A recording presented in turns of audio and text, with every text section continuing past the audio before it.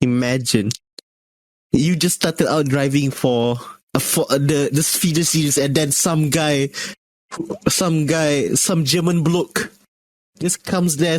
We say fucking smash door, and then just Smash my door. fucking smash my door, and then just said, "Hey kid, wanna drive for me?" You look okay, get in the most German, Swiss German, Italian of accents that you can do.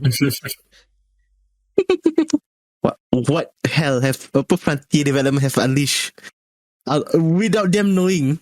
Is that the opening bit? Yeah.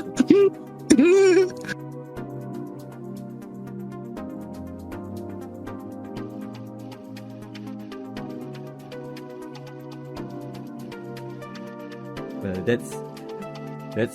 that's a reference and one that you will later know once we go through this episode of dia.log, the Gamer Matters podcast. Welcome.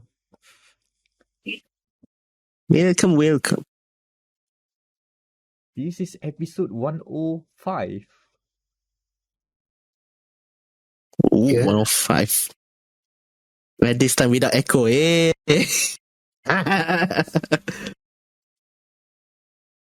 Yeah, makes a ton of difference now.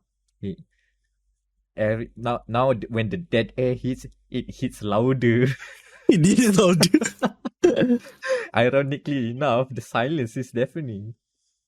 Introducing the panel, we have Daniel over there. Hello. On the other side is Anan.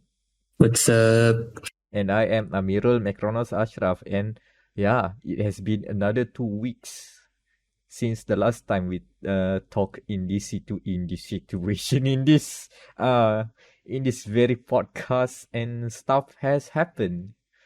As always, stuff always happens. Video games happen too.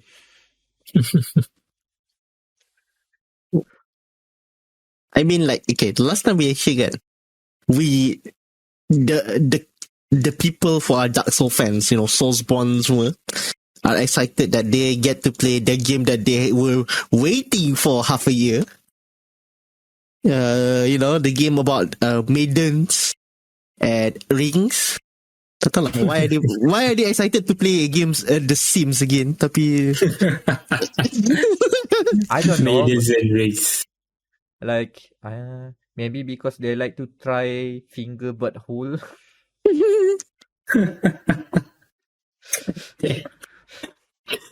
Once the jokes coming in. At this time, it's more appropriate because there are many fingers laying around the lens between. What the hell? Is this the occasional jab at Elden Ring, but we're not talking about Elden Ring since we're not talking about it? yes. Yes. I mean, Or is it? You have to find out later. We may or may not revisit about the hotness that is Elden Ring, which is ironically enough not covered enough on GamerMatters.com. But anyways, video games. I guess we can talk about that game. The game that we both were waiting for half a year. Because I think it was announced. Yeah, it was announced at the same time as Elden Ring. Is it E3? Because I remember Elden Ring making a showing at the Jeff Keighley punya show. And then 3 days later, it was the Sony show, and then we get excited because we get to see cars go vroom. My memories here. Yeah, same. That's why. But from what I remember back then, it was definitely a couple years back. Let's say 2020, 2021. I went on record and saying, hey, this game will probably take some time. It's probably gonna come in like in 2022. Guess what? It's 2022. You already passed March. We are already in March. And lo and behold, it has dropped. It is real. I'm surprised to live long enough to see Gran Turismo 7. Gran Turismo 7. GT7. Yeah. So where do we go from here? I have lots to talk about. But Mm. what to start with? Why not we start with the first thing you see when you open up GT7? What, the 8-minute long intro? Not that. I mean that. Yeah. But also apparently the first thing if you start the game, you open into that music rally thing, which is Oh. music rally is not part of the game technically. Wait, what? It's like, okay, you have a menu screen, which is cool to see a menu screen in the game in 2022, and the only option here is go to the world map, which is basically saying, yeah, this is the main game, and then have the other choice is music rally. Like, what are we going back to what, GT4 arcade mode and GT mode again? Okay. Oh yeah. Ring the My only guess is that music rally is like such a late addition that let's just tack it on the main screen, and now we have an excuse to put a main menu. Okay. Oh yeah, back on the pick. That intro. That freaking intro. Oh, I thought it was Vroom. I mean, Vroom. I'm glad that Vroom is there, but it's not spoiling the intro. I'm very grateful that they didn't go hard with Bring Me the Horizons GT7 intro, because they actually have a new GT7 arrangement for Moon Over the Castle, the national anthem for Gran Turismo. That's the anthem. Good God, that intro goes hard. It's not like, first up, you know how they I think it started with GT5, where they tried to do like the two prongs of intro. One is like, oh, let's reflect on the history of cars and the history of the world. Wait, is it GT6? GT5 has GT5, yeah.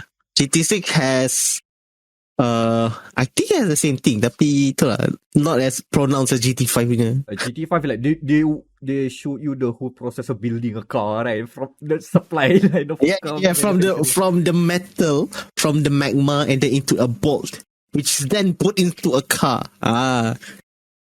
Like, very in detail.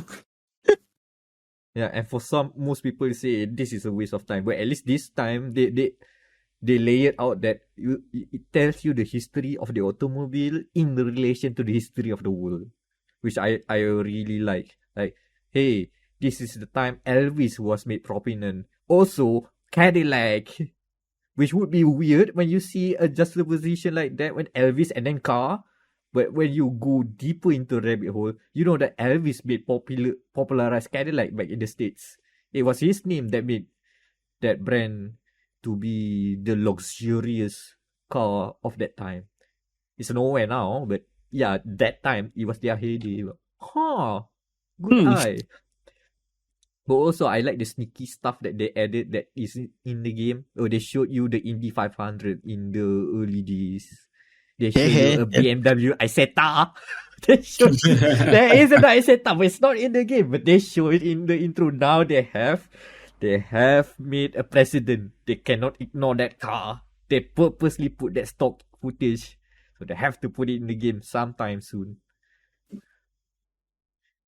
Like, after all that dinner, and then they still show you the manufacture of the car, and then transition into the game, and then the anthem kicks in. And boy, I think I've been transported back to like 2002 or 2004 or whatever it is, because it has that vibe, that old school vibe. The J-Rock blaring, the cinematography of like the camera going side to side, rotating around a speeding car, and cars spin out of no other reason, just for dramatic purposes. It has everything. Like, if you check box of the essential recipes of a Gran Turismo intro, it checks everything and more, and they went hard on it, to the point that it's almost the full rendition of the song. I thought it was gonna end. No, that's the breakdown. Oh no, we have the second chorus. It keeps going on and on. God damn it, man. That was the most. We have an 8-minute time limit, and we're gonna use all 8. if it wasn't for that I think they would made the full song appear there. It's just missing like I think one more breakdown or something like that. Yeah, that sets a very what you say, a tone that GT7, unlike GT Sport, is very much a return to form. Is looking back to its roots and saying, yeah, this is our future. This is what we gotta do this time around. Bring back all the good stuff you remember that you guys been asking. Oh, I see you guys. I see that those guys in the YouTube comments asking specifically to have custom races where you can pick the cars from your garage, your customized car in the garage, and then line them up into your own custom race. There are plenty of that comments. If you go back and look at Gran Turismo TV, the YouTube channel for the game, prior to the release of GT7, there's a lot of the same comments being echoed by not the one guy situation here, but plenty of guys saying the same thing. They want this, and they give you more. They let you customize the driver names. My God, that's so extra, but they did it. But yeah, where do we start? We've already started, but where else? What else can we talk about GT7? There's a lot to talk about here. Oh, can we talk about including their esports drivers into the game? Yeah. My favorite cameo. Oh, who's that guy? Oh yeah, it's Daniel Solis. the winner of the GT North America, yeah, the GT North America on your side. What? And then one day, and then you go to another race and say, ciao, this is Rio Gallo, and then the other race, and you go say, konnichiwa, I'm Ryota Kokubun. Oh, he's also there. What? That's so. The weird thing about GT7 is that they took some of the comments to heart about the game being like soulless and stuff, right? So they decided to like go hard on putting talking heads. Like they did that with GT6, right? There was a tutorial with the character, right? But then I don't think it goes that long. No, yeah, it's just after the tutorial, okay, have fun, good luck. Have fun, right? But now everywhere you go, there's a talking head. Like you don't see the character is just personified with a icon of the portrait. So that's why I'm calling it talking head. And all of them does not have voice acting, so it's GT7 has literally become a visual novel. I'm putting it out there because not only that, when you see the drivers, right, you go to a race and then suddenly we have a dialogue, optional dialogue you can access, and then you display this kind of text like who's that guy again? The French guy. There are two French guys I want to mention. Is it Baptiste Beauvoir? Baptiste Beauvoir, yeah. I'm Baptiste Beauvoir. I'm from France. Hey, if you want to try out, let me give you some baguette.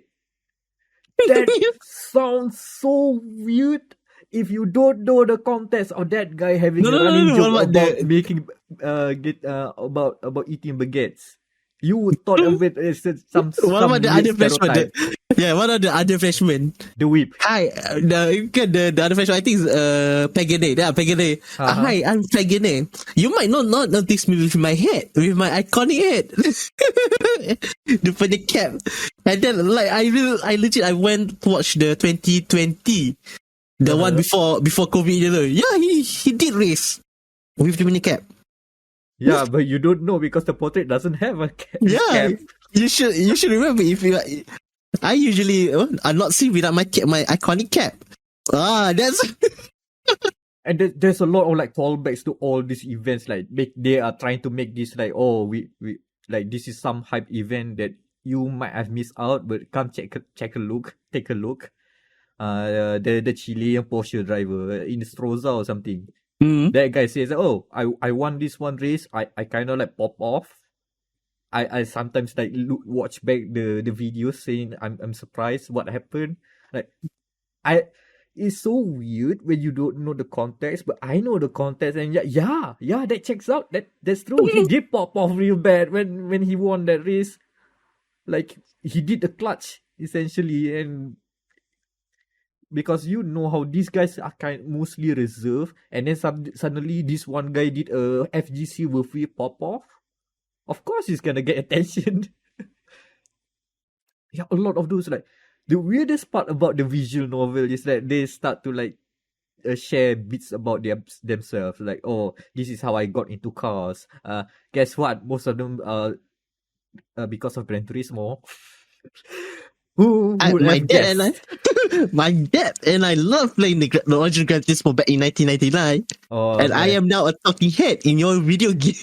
Hey, you know that time when the family is like watching TV, so I have to use the PS1's Oh, mini yeah. portable I like it. display, right? I was that guy too, and I I'm a like- talking head. that is a deep touch lah. Like, oh yeah, when they want to watch TV, I will open my PlayStation. What? PlayStation with the reserve trademark, Ah. that reserve logo on there. Oh god damn it! I like that they are free to like name drop stuff as well. Mick likes calling it race. That's why he professes his love of Subaru over and over and over. I can't stop about it. There's one guy that inspired by Tommy Mäkinen to race in the Lancia Evos.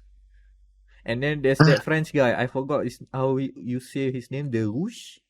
The Rouge? Dirouche, I think. This Dirouche, I think. He keeps saying that he's born on August 6th and is his destiny to drive the AE86. Also, he loves initial D. Oh yeah, we have. We have a whip representation in our visual novel. Like it tries to be like be buddy with you all the time. Like they never all the time when they go and race and I hope you have a good race. I'll try and do my best. And there is never a point of like, oh, I'm gonna take you down. Oh, you're gonna not get past me. Nah, this is that very cheapo. If you cut off the racing portion of the Gran Turismo, you technically have those very cheaply made visual novels that you get on Steam for like RM5 or something.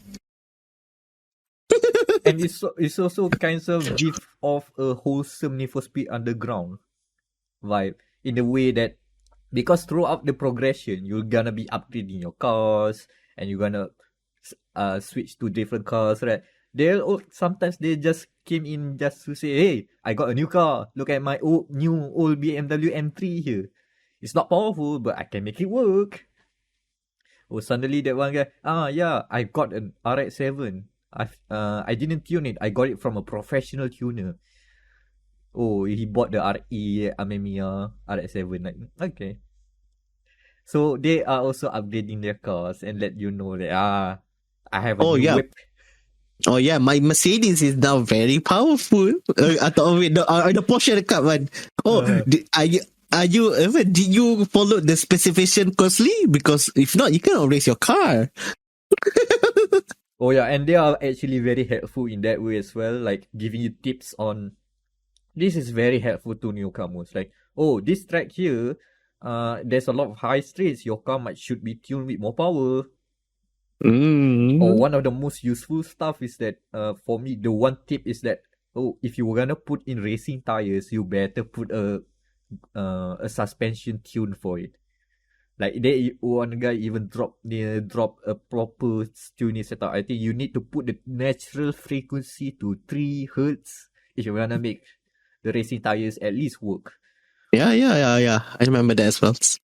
Very good actually. Like because that actually helped me for the very hard GT3 races. Mm-hmm. So like I forgot to put the camber.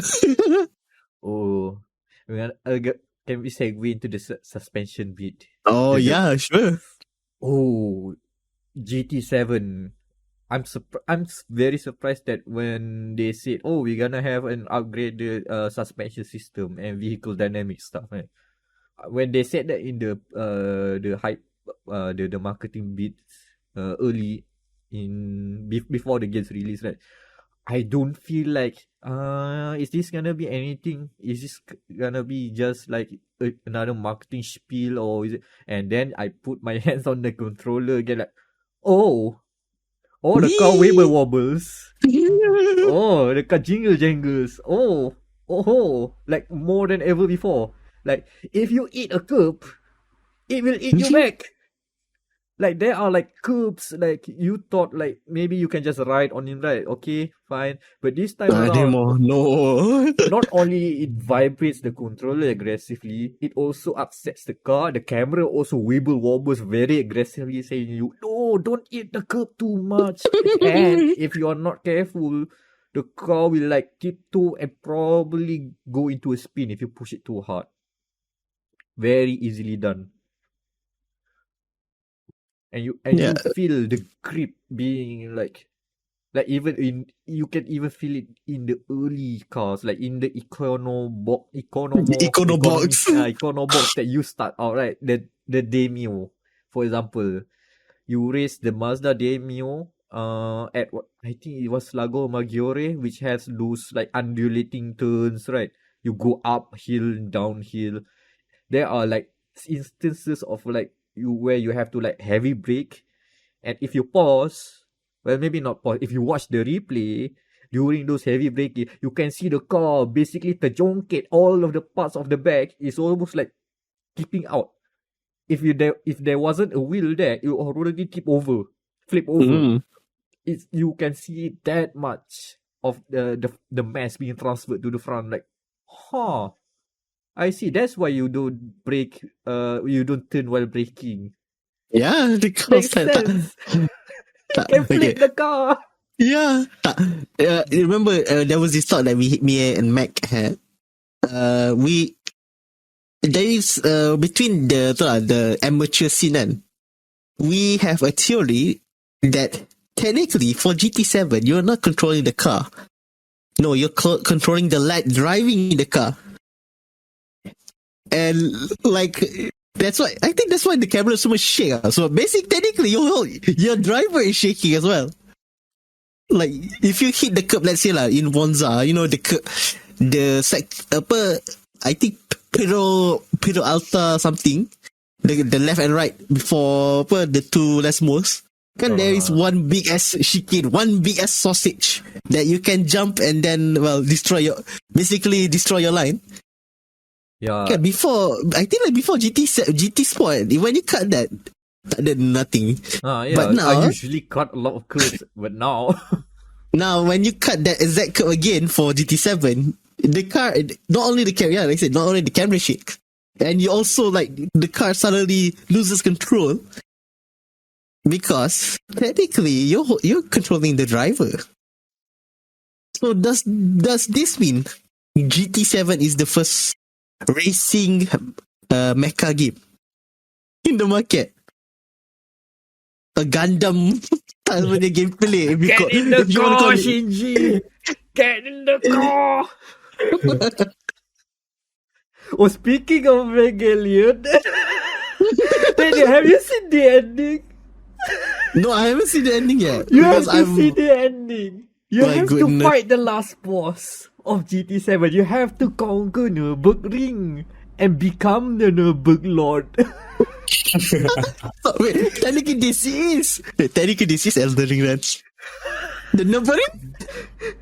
I saw that one joke about we'll get into that later, right? That one joke about Elden Ring but with GT7 UI, and then that one guy replied to that tweet, Elden Nürburgring, and that sent me like for quite a few minutes the idea of like collecting the Nürburgring. Like, okay. Oh my god. No, do not touch grass in GT7. You'll lose grip and speed. Do not touch the grass. You don't want to touch grass in there. Weirdly enough, most of the representatives of the esports guys, right? Most of the men guys, there's only one woman in the represented as a talking head. So you can basically say that the game has no maidens. And yes, yet you are still Maidenless. Maidenless? No, the picture of Sarah kan maidenless. Oh my goodness. Tak boleh lah. Elden Ring is leaking Oh my everywhere. goodness. Let me think about something. There is like some setbacks to GT7. Like it's not all rules, and I still think this is a great game, but it's not without its faults lah. The progression is weird. Like since you don't really have a career mode, because the whole game is the career mode. So basically, it's like this is the progression of unlocking all the stuff. You start with a tutorial, but that's not the tutorial. That is how the game is being delivered. You go to the cafe, to the GT cafe, talk to the cafe owner. The cafe owner gives you a menu book, and that's your objective to go out and do something. It's either go and collect 3 cars, prepare me they said prepare me a tuned car one time. Like, wait, I'm at a cafe. You have to prepare me food, not you. What? It's kind of weird in a way that if you don't. It's another thing about if you don't know about cars. The idea of like why does food and car have to do with anything, and why does it have to tie up progression? It will be so weird. I think I've seen reviews stating how absurd it is. But if you look into the rabbit hole, it kind of makes sense. I'm gonna say it's the Michelin stars. It all ties back to Michelin. You guys know about the Michelin star, right? Mm-hmm. Yeah, That one's for prestigious- food. The 1 star, the 2 star. the highest so far I think is 3 star. You get that Yeah. like wow. Yeah, I think like one of the sponsors of GT kan. I think you've seen this for Mac. Iana Coffee kan. It's actually a 1-star Michelin coffee shop in Fukuoka. Oh, okay. I'm surprised that didn't get branded as the cafe. Oh yeah. I was expecting like why. Okay, tapi it's still the GT Cafe is more iconic because the GT Cafe, the Gran Turismo Cafe. Oh yeah, GT Cafe is a real thing. Yeah, you've mentioned that before. So, But yeah, back to the Michelin star, right? If you that Michelin star is the same Michelin that makes Michelin tires. Yeah. It was the same. ironic. No, Ironic. It was a big brain idea at the time. Those innovative French guys. Hey, how do we make people buy more tires? Make them use more cars. How do we make them use more cars? Let's review restaurants. we review restaurants. Give them directions. Also put a note where are the nearest Michelin auto parts around there as well. And then let them go out and explore. Let them go out to the Grand Tour, as they say back then. Or as the Italians say, Gran Turismo. The Grand Tour. It all ties back. But as represented in GT7, it's not that you go, your destination is a cafe. But the cafe is the start of your destination that you will return to after that. It actually makes sense from a thematic point of view, as absurd as it is when you look at it on paper. But the real complaint is, you only have one menu. You cannot choose your menu. It's a very linear progression. Like compared to like old GT games, you go to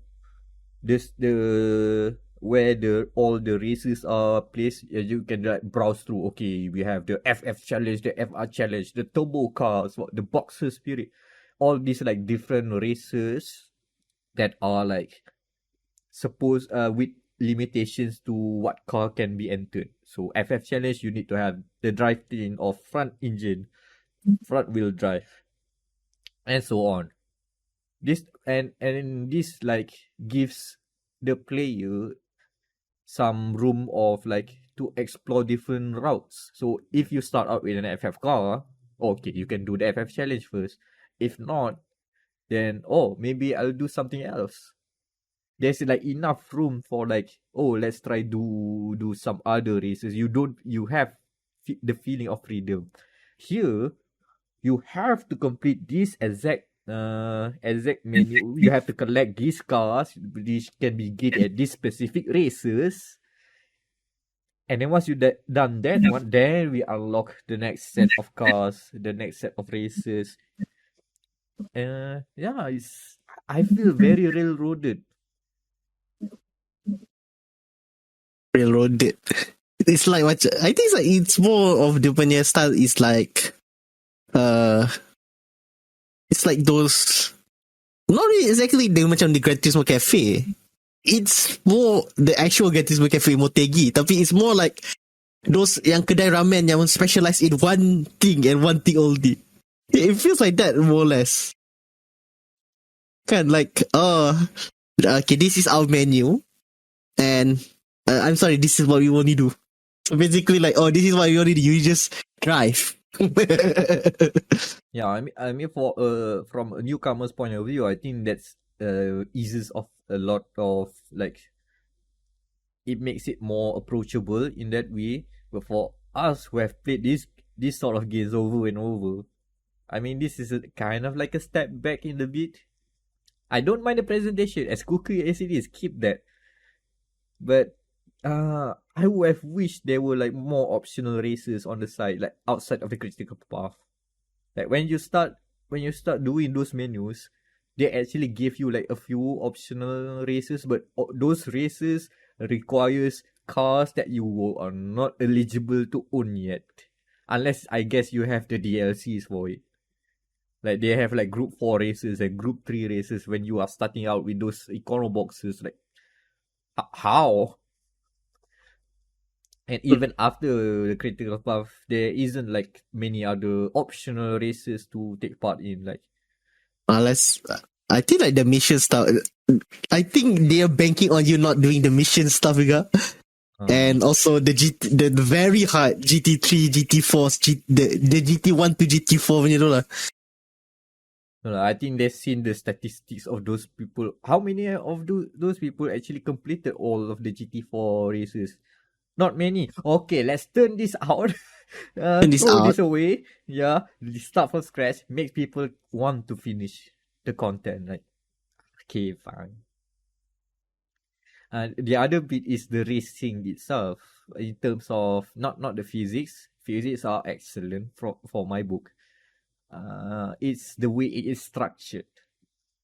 Like, there is an increment of difficulty. Like, you start off with like 2 lap races with 8 cars on the grid. And then it keeps on like getting big, longer and bigger. The grid getting bigger, the race length getting longer. I think at maximum, the final few races will last you. It will be a 20-minute session. 5 laps of around there. 2 laps of the full Nürburgring. That's around 16-17 minutes. So yeah, and the full grid is like 20 cars. Okay, fine. You have longer races and bigger grids. That's fine. The problem is all of the races have you start at the back, and it's a last to first challenge. And the weirdest bit of them all, it doesn't adhere to racing rules. The green flag doesn't drop at the first position, passing the start line. It's when you pass the start line. So by the time you start, the dude at P1 is already halfway through the track or something. Like if you do the Nürburgring 24-hour track, the track layout, which comprise of the Notch Life, the Green Hell, and the GP track, the car in P1 who have been already finishing the GP track and is already entering Notch Life, and you have to. It's always the challenge becomes like, can you be can you get a podium to, hey, can you make up a 30-second deficit? Also, you have a moving traffic around you. Good luck. And doesn't change until the end. Yeah, the rolling start could be better because I think like one of the clubmen kan, the mini clubman is pretty good because optional races are good. yeah, the option races they fix the rolling start, so that means that it's not that far. Atau I think like the Scuba punya one of the race kata Scuba is a standing start. So Kan? It's the not that they typical cannot do yeah. it. It's just that for the main critical path, they decided to let's not burden players into like going full on motorsports. But if they decided to like venture more than the critical path after the game's quote unquote finish, then you can experience the whole other stuff that they didn't show in the mainline stuff. Like you don't get to play around with tire wear, you don't get to try out fuel, unless you don't even get to do endurance races unless you try out the optional stuff around outside of the main races. I know there's like a mission challenge that is basically the 24 hour of Le Mans, but 24 minutes. Okay lah, I take it.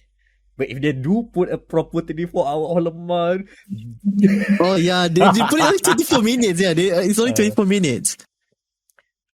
Alah, I want 24 hours. I want to suffer. You want real 24 hours. I want to suffer my. I think like before the original GT4 ada. GT4 ada that one. And this time there is more motivation to do 24 hours races. We have dynamic weather and time. I want to suffer in my slick tires. Driving at 300 km, driving in slick tires. Oh no, the rain is here.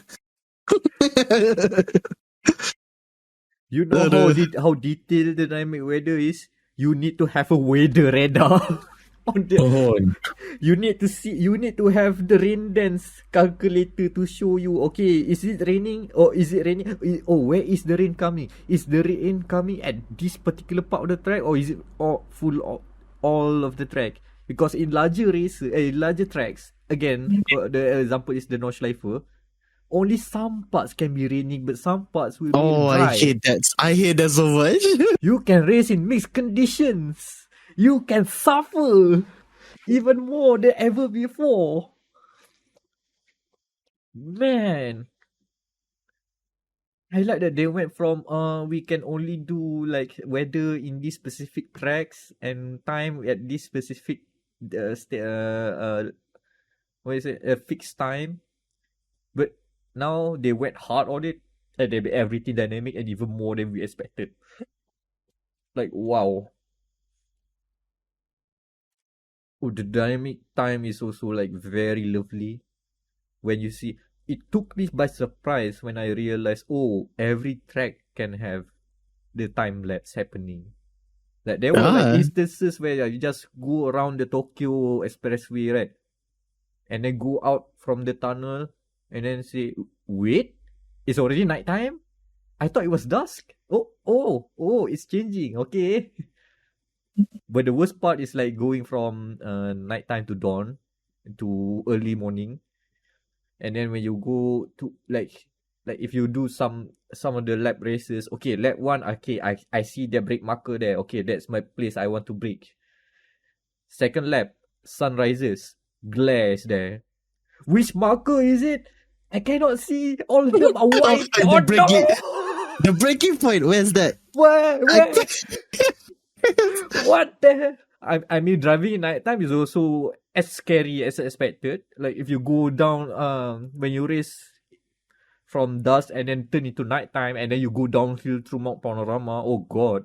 I mean, it's beautiful. You can see the city out there. It's all like bright lights and everything. But here, in the moment, everything is dark, and then there's like a big spotlight at the back, waiting to overtake you. Like, oh God! Also, the threat of rain is also pretty scary. Like, you see a dark cloud over there. Oh no! Oh no! Papakas, please. No, I forgot to buy the wet tires for this car. Stop the rain dance. Stop. Meanwhile, fans at the Nordschleife at the side there. Oh, you know, if you drive at the night time, you can hear the uns. People are partying at the camps.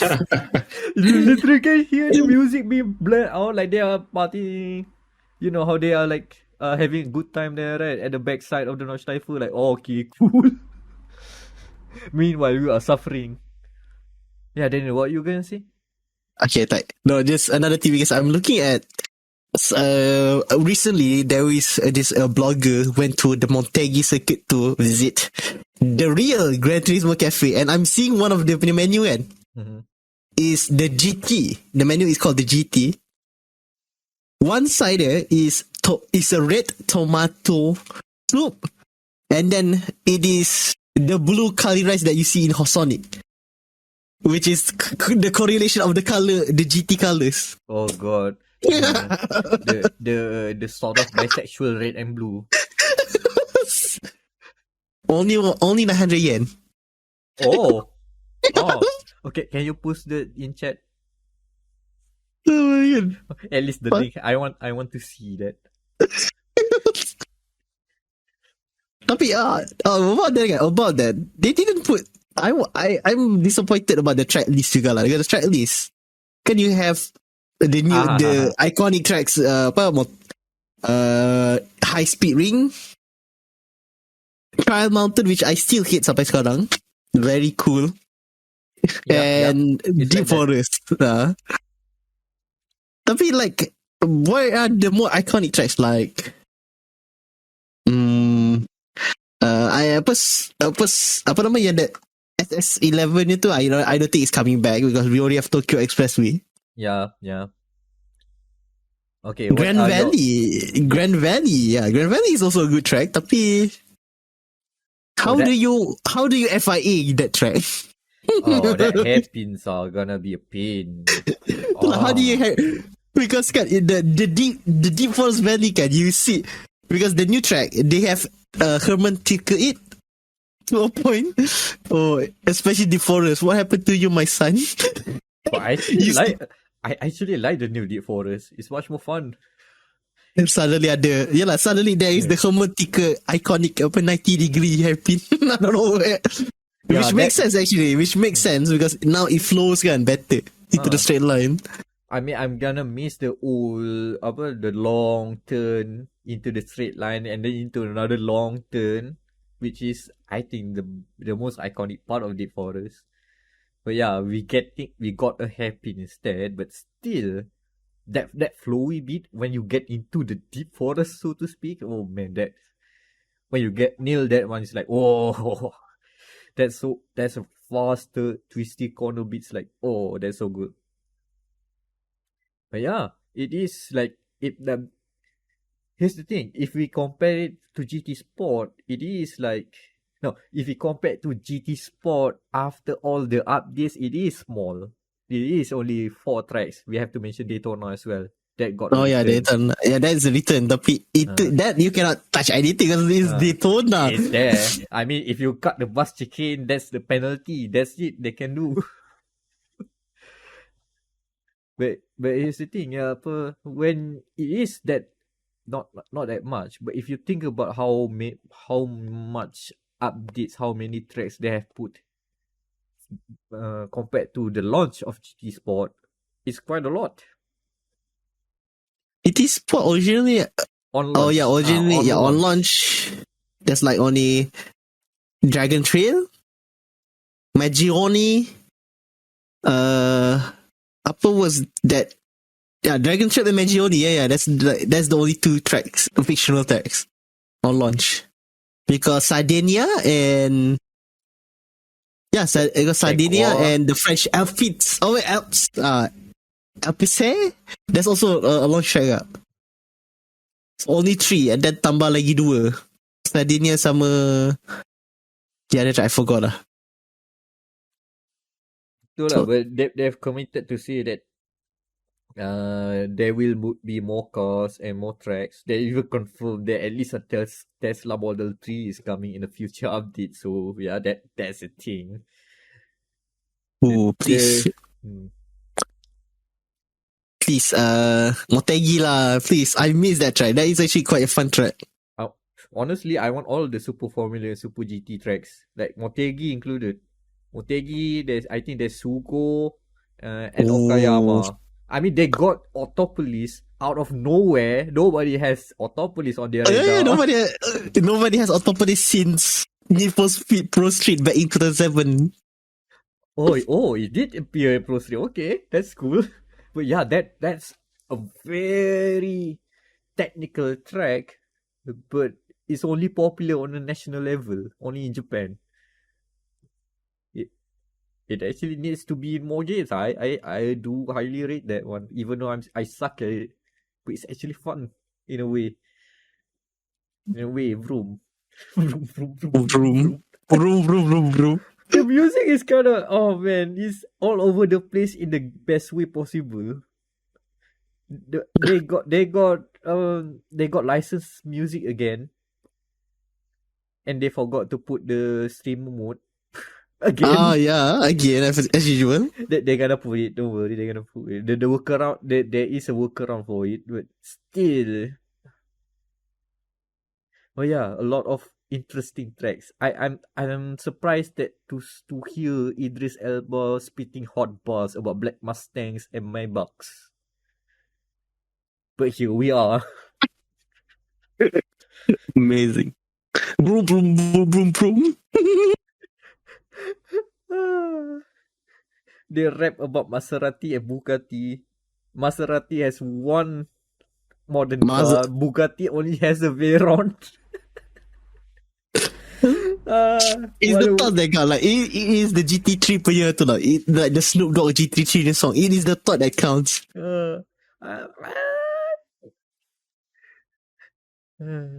There's a lot of like interesting stuff there, especially now putting on music replay. Then you get to appreciate the weird songs, because now it matches. The camera switches matches with the beat of the music. So yeah, it's an instant AMV maker, as predicted by our friend from the Shadow Realm. It is. Yeah. It is. Easy. If the next update can, instead besides putting transmission mode, what about insert a song mode?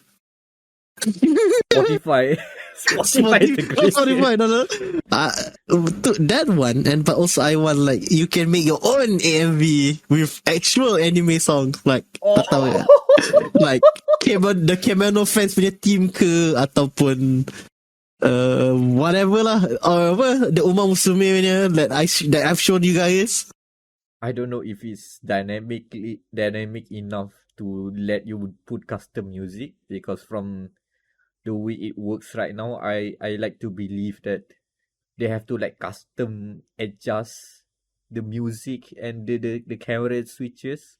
That's why like even the latest update, they just added more music to the music replay, since not all of the songs are playable there at launch. But now there is 64 songs, and I think I believe you can put the sweet tunes of Pachelbel's best hit Canon in D as one of the music replays. You know, the classical hits, like literal classical music.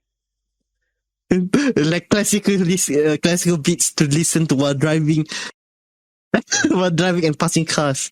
Featuring Mozart, Beethoven, quite the mixtape, I should say. I still believe my theory and why there is a reason kan. It's either one of the sons or daughters of cousin of Kasanan.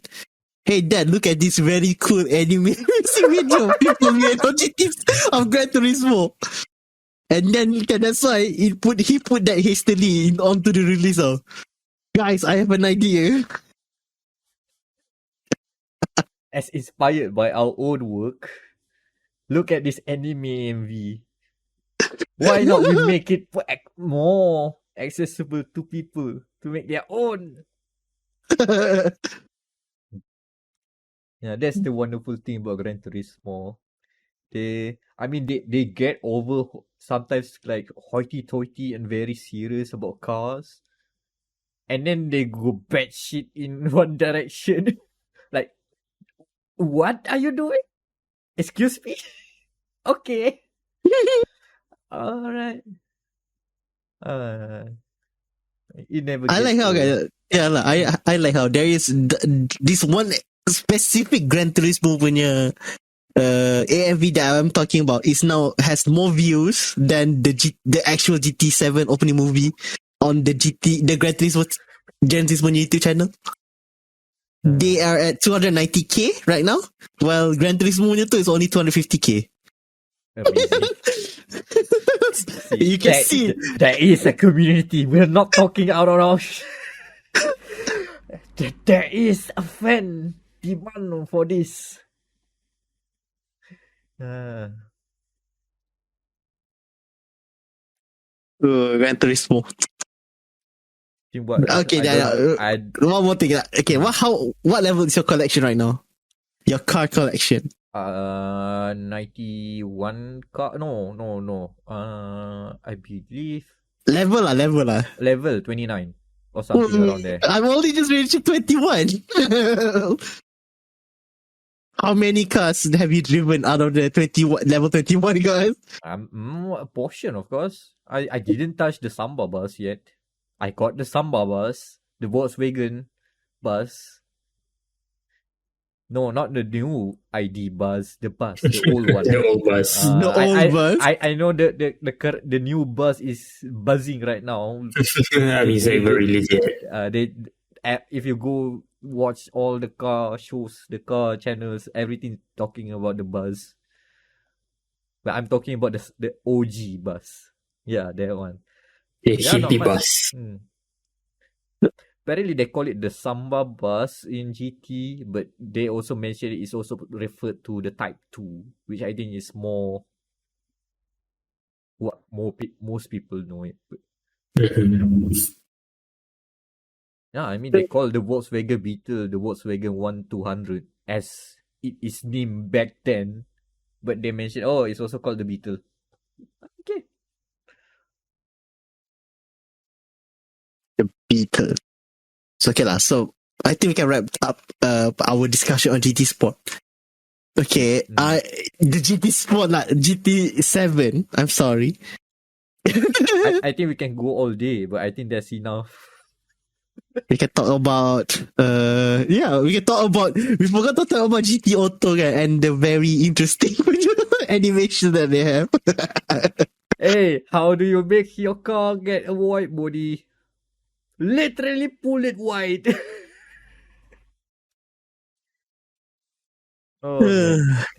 I'm looking forward to see the weird stuff that comes in the future. Like as it is right now, Gran Turismo is a good time.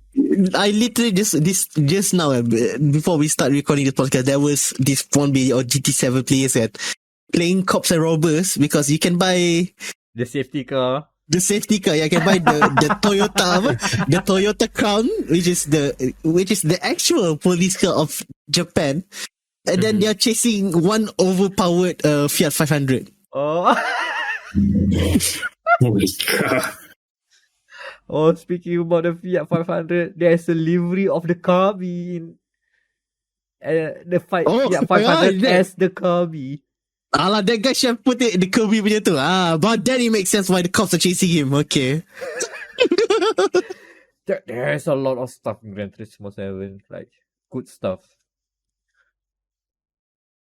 Yeah, baru scratching the surface. This is just the first week. It literally just came out this week. Last week, so... My review draft right now is standing at 4,000 words. I have a lot to say later when this review finish up. I've seen that I have defeated the last boss. So now I can review this game. No, don't call me the Nürburg Lord yet. Not so. Yeah, that's GT7. The burgering. Goodness. Yeah. So where do we go with this now? There's a lot of talking points. I'm gonna leave it to you guys. Oh no. I think we can let's cool down sikit lah. So this is one of the biggest what's we call it? One of the biggest games of I guess March, because there is quite stacked. Match is quite stacked, to be honest I would argue the year. But yeah, March is also true as well. Elden Ring was 2 weeks ago. This 3T Sport, and then next will be either the new Tiny Tina Wonderlands and Stranger of Paradise, aka Final Fantasy Chaos. Yeah. Final Fantasy Chaos. Tapi let's see. The pricing of these games are still the usual for us lah, 249. Which I think is still equivalent to Singapore, to the US dollar, $60. Mm-hmm. For now, it's still 249. For now, it's still 249. And 249. Let me check again. Yeah, it is equivalent. Yeah, like $4.19 per dollar. More or less the same. Yeah, very expensive. Yeah. Oh, put the expensive part. How much is a Big Mac combo here? Okay, a Big Mac combo here. Oh my god, I forgot. 18 or 20? Is it around 20-ish? Almost, yeah, 20-ish. Sekarang 19. So yeah, count that. 24, 20, 249, 20 Big Mac. Hold on. Maths. I cannot maths. Maths. Like more than 3 Big Macs. Let's just say that. So expensive. Yes, expensive. Yeah. That's what I'm trying to get by. Hold on, let me check. Is it 18 times 5? Oh no, that's 18 times 5 is only 90. 18 times 11?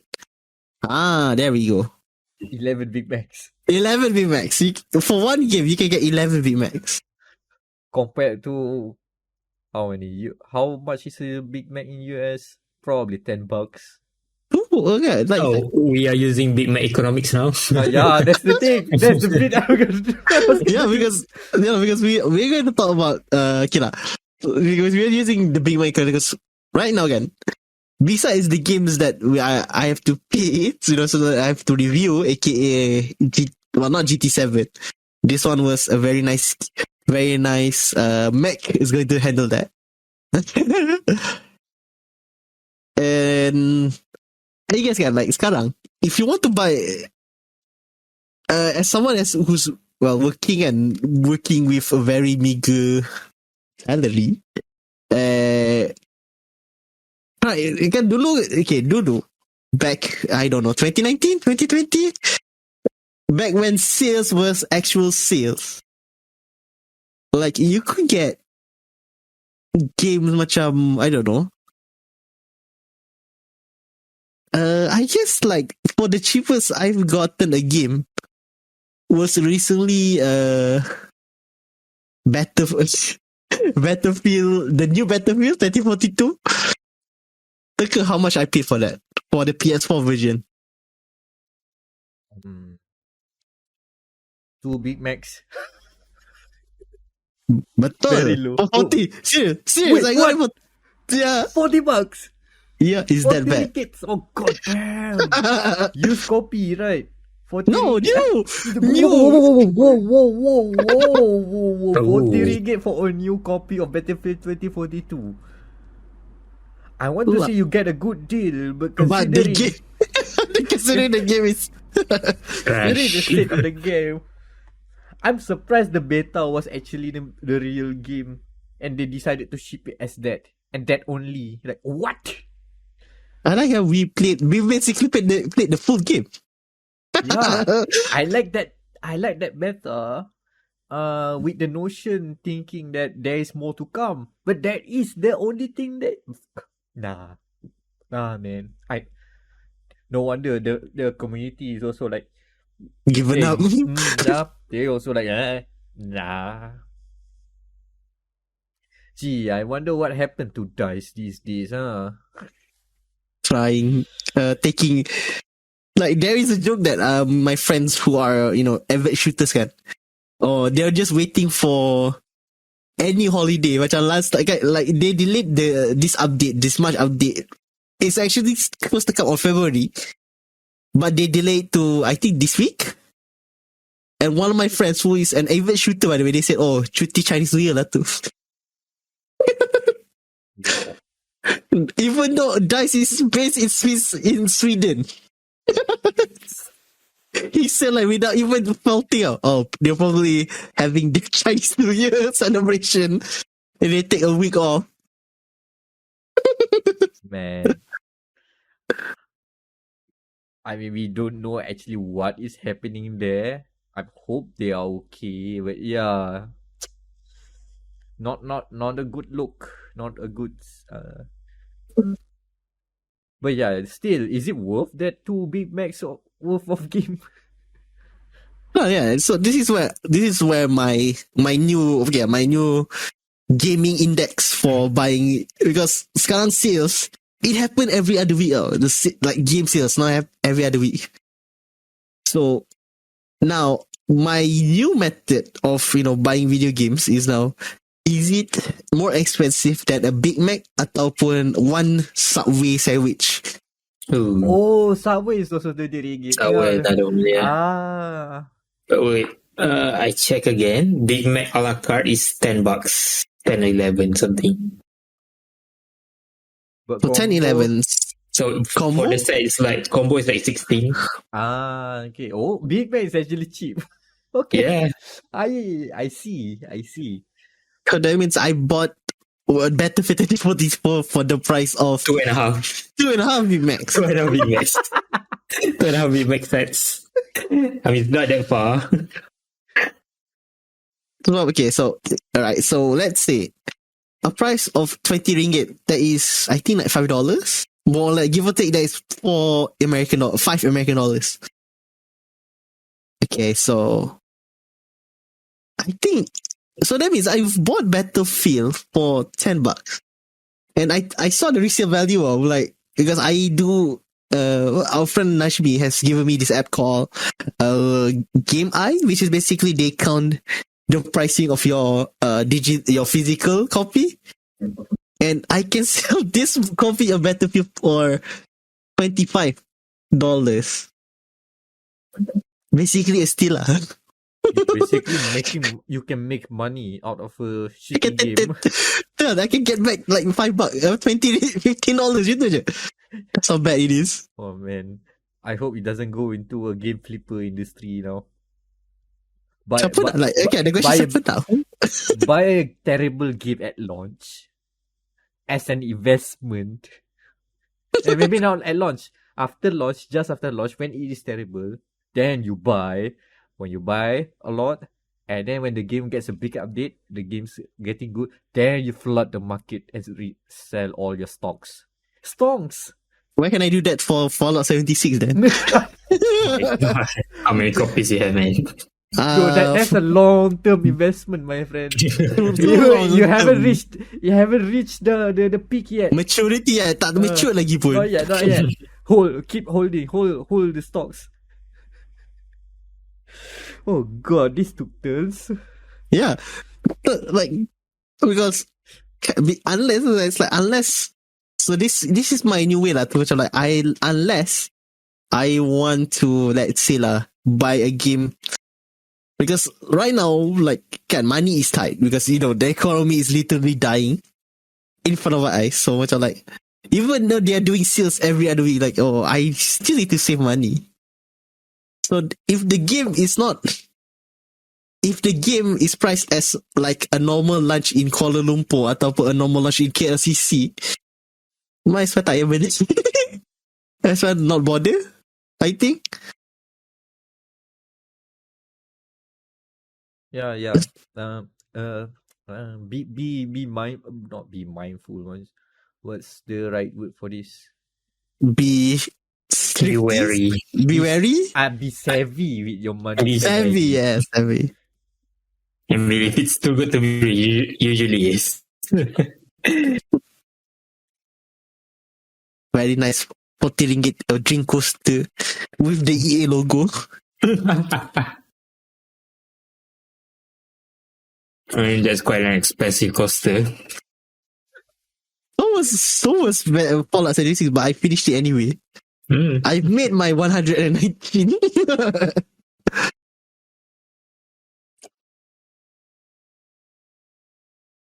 Tapi I feel lah for those yang kena beli this months alone.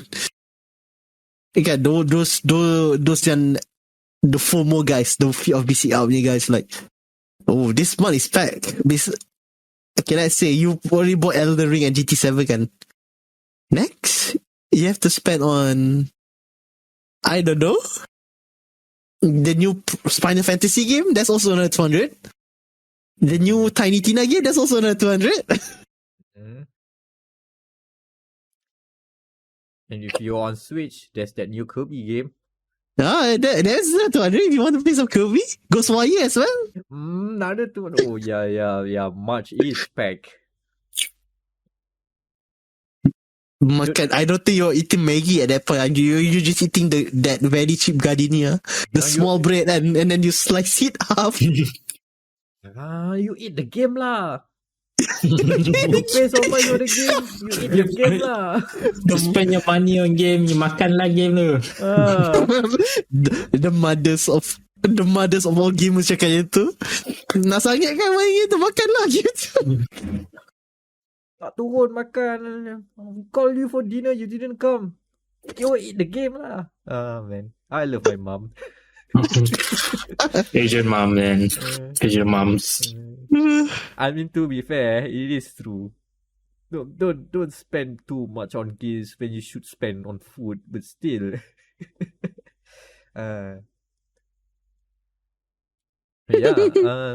Pick. I don't think that. Yeah, I don't think that every game you should play on launch. Unless it is your work, then there is another conversation lah. Like, I don't think that everybody all the game industry expected the one guy to buy all the big releases in 1 month. They're hedging their bets, right? So that's why you can see, like, on the February of 25th, Elden Ring is sold, as well as the release of Grid Legends, which hopefully have very different markets, different players playing. Unless you are in that weird Venn diagram who plays Elden Ring and Grid Legends. Oh yeah, like I remember like when I'm picking my physical copy of GT7 at Mill Valley because I might as well just go there for some pre-order whatever. I think the GT7 copies were only like 4. 2 for PlayStation 4 that means me and some other guy, and the rest, like another 5 are for another 2 is just PS5. But you know, the overwhelming majority of the games pre-ordered on that day, Triangle Strategy for the Switch. Wow. And like there was a line, there was literally a line people are waiting. Like I was like, oh yeah, I'm just here to pick up GT7. Oh wow, yeah. There is very different niches. And I think like the most sad part was like one of the sellers of the shop, as some guy was grabbing Triangle Strategy, they were trying to sell Babylon Fall. Oh no. Hey, this is another Square Enix game. You should get this. Oh, upset, huh? Oh, you like this game? I have another good one for you. Very good. Bukan cinema copy punya. Platinum Games. You know, very good company. They make, you know, that game, the weird devil thing. No, not devil. Witch girl, huh? I forgot. But yeah, very good game. Platinum. Guaranteed good game. I don't know why I'm doing that accent, but that just came out. You're talking like a penjual tilam. Like the penjual CD at the pasar malam back in the day. That's how you do, like, oh, ini bagus punya cerita, bos. It's very good. You watch is just a bit. He's just. Oh, ini just phone baru bang. Best. Definitely lah. Somehow it came naturally out. Like, okay, I did that. Yeah. Oh my goodness. Yeah, that's also their fault for Platinum and Square Enix trying to release a dark fantasy game a week after Elden Ring. Yeah, that could have been spaced better. Yeah, I would agree. That is too close together. Gaming wise, it should have been like April. Put it on April. There's literally nothing in April. Unless you are the few yang main Lego Star Wars.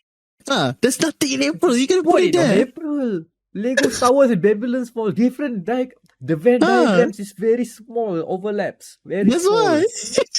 Unless I didn't know a very strong cult following of Lego Star Wars and Dark Team Fantasy. Maybe I'm wrong. The Binacle fans. Binacle fans come please. Ayo. That's what happens when you delay a game after the Exodus that is 2020. Chaos.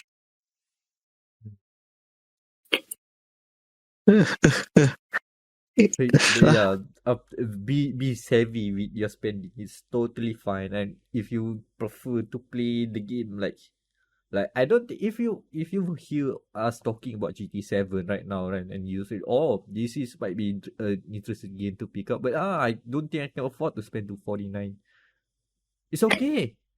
Wait a minute. It's gonna be on sale. It's gonna be on sale, yeah. You have no obligation to play this game right now unless you really want to. Those people with obligations, it's because they have work to do. Their livelihood is depending on playing the game, sharing their thoughts about the game, showing the gameplay to audience. That's all the people content. They have to play. Yeah, content creators have to play those games on launch. But if you are just the average Joe gamer, relax. If you can wait a bit, wait a bit. I mean, just know that the game's good. Unless you have friends playing and they all rope you into it. Hey, come on. Play now lah. New game. Let's go. Yeah, let's go. What game is that? What game is that? Babylon Fall. Let's go. Hey, at least with friends, you can at least laugh at it together.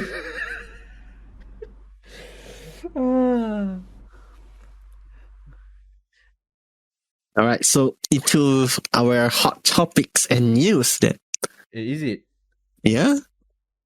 Is it? Wait, I forgot. Someone got a new phone. Yeah, I forgot.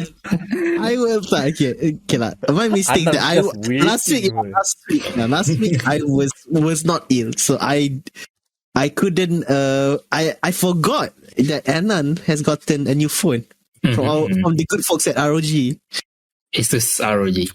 Yeah, I saw. It's this for the. I initially we thought it was alone, but yeah, they provided. Man, just I got lucky, man. Okay. Anyway, this is just gonna be a brief impression. I'm gonna write a full review in like a week or so. Nice. Yeah. How do I say this? Okay. Controversial statement incoming. The least interesting thing about this phone, a gaming phone, is its gaming performance. That's the most boring thing about this phone. What? It cannot play Uma Musume at 60 FPS? I mean, it can. Okay, here's the thing. It has a flagship Snapdragon 888 Plus, which is pretty much like top of the line, except for the new Snapdragon 8 Gen 1, the new chip. So yeah, I mean, it's a gaming phone. What do you expect? It can play everything. I played Genshin Impact on high setting and it reached like 60 frames easily. What else? Apex. The new Apex, yeah. COD Mobile, yeah. I mean, you just throw anything and it plays. And plays like high frame rate easily. But that's the most boring thing about this thing. Like it works as advertised. I mean, the chip itself is not exclusive to this phone. You can get like Galaxy S21 and then whatever flagship you want, and then get the same performance. So yeah, when it comes to getting the performance and frame rate, it's not exclusive. But yeah, that's the least interesting thing about this ROG Phone 5. Yeah. Yeah, I just remember something. Like recently there was a presser release that Snapdragon will be sponsoring the new ESL mobile gaming esports competition. And I think what phone screams gaming to you? Because it is sponsored, because Snapdragon Qualcomm is sponsoring this event. So I'm guessing this will be the phone that you'll be seeing live on YouTube. The players playing. Yep. This will be it. I mean, of course, like you get the RGB back over here, the RGB logo. Of course. Wait, did they give the fan here? No fan. That one is on Ultimate. 5S, no fan. You just get a case and stuff. But yeah, okay, back to the main topic. The interesting thing is for the ROG Phone 5S here is the experience the Asus give you for playing games. So instead of just gaming performance, the extra that you get here is just magnificent. Oh, just kiss. Okay, for example, the speakers here, it's a stereo speaker, and I say it's better than most laptops. Phone, the speakers better than most laptops. I mean, except for MacBooks, of course. MacBooks, that's another kettle of fish there. Anan, can you repeat that again? Just to make sure. I think it's robotic on my end. Oh, okay. No, Windows does not like that. Does not like that statement. Windows rebels. About the speaker. Yeah, the speakers are excellent. I dare say it's better than most Windows laptops. Okay, I assure, I swear, I will swear by this statement. So it's so like, even though like they're just tiny speakers, stereo speakers. You can just feel the bass. It's there, and then it's clear. If I play, let's say, any music that has like a multi-layered instruments, like you can hear the positioning of instruments. Like, oh my god, this is so good. Yeah, I mean, it's really good for music, for movies, and of course for games. It also has like equalizer software that optimizes for games. So let's say you have a music preset. Okay, that's the default. For game, it widens the sound stage. So even with speaker, you should be hearing footsteps, positional footsteps, that kind of thing. Ooh. And then and another thing about audio is it has headphone jacks, a flagship with headphone jack. Oh my god, it's so good. It has a ESS quad deck, so you can plug in like a high impedance and get a really good sound out of this. That's from the audio side. And then connectivity. Of course, it has 5G. Okay, that's a given. And USB port. 2 USB-C ports. One at the bottom, one at the side. What? For the fan. Yeah. Well, yeah, because there's the additional cooling fan that you can buy, or you get with the ultimate ROG Phone 5S. No, Phone 5 Ultimate, yeah. There's no Ultimate 5S, I believe. Yeah, you can get it, and it connects through the USB-C from the side. The one on the bottom is USB 2.0, but the one on the side is USB 3.0. I think for charging, also both support the same wattage. Well, I have a dumb question. Boleh ke charge from both sides? I haven't tried it yet. Oh no! Can we charge that? That sounds dangerous, but I want to try it. But I think the charge controller already limits to 65 watts, and yeah, it's charging 65 watt so fast.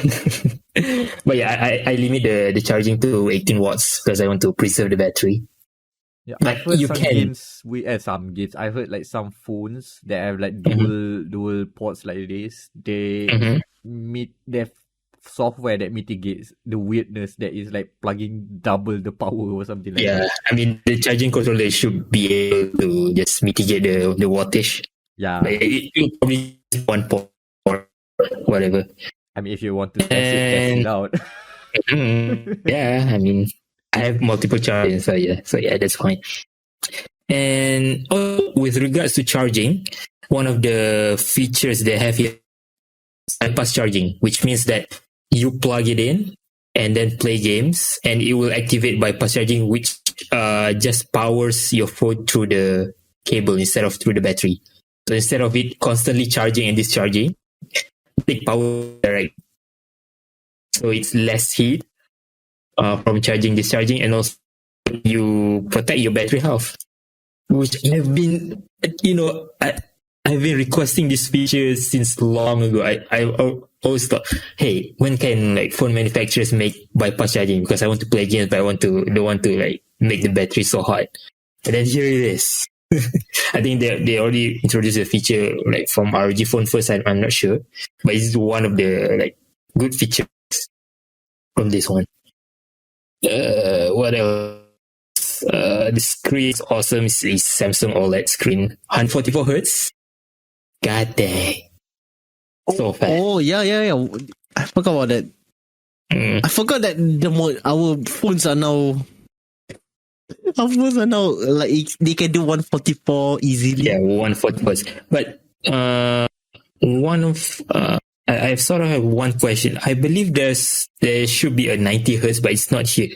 I think they already fixed from software. They remove it, I think. But yeah, I put a subtitle on 60, but I want to default on 90, but not sure it's not here. Whatever. Yeah. What else? RGB camera is just okay. Nothing groundbreaking. 60 frames. No. I mean, camera quality, like you can capture up to like 8K, I'm not sure. 4K 30, can get video 4K 30. Camera is 64 megapixel. Yeah. But I'm not a camera guy, so I don't really mind. Yeah. Imagine Also, I imagine some kid asking the mother kan nak tekan phone and then she's getting this. Oh. And then like, why is your camera terrible anyway? I mean, it's not terrible. They're just okay. Maybe because like for the price, just optimize a lot of things for gaming. And yeah, I mean, let's be honest. If you buy this for gaming, you're not buying this for camera. Just go buy a Samsung S series or an iPhone for 3,000 ringgit. If you want good camera, there are phones. But for the experience that this ROG Phone 5S give, it fits my need. I want good audio. It has good audio. I want bypass charging. They have bypass charging. Like, oh man, for me this one is perfect. Yeah, it's really good. I'm impressed. Yeah, I like it. Yeah, I'm glad that someone actually there is the market. the market for The Venn diagram of features and what I want it's here. It's like it's perfect. I never thought I can get something made for me. This is it. No, for all of the stuff that they put out on your gaming phones, and for me, for whatever reason, it doesn't appeal to me. Probably because I just like my phones to be as Spartan as possible. Like it just does the job that it needs to do.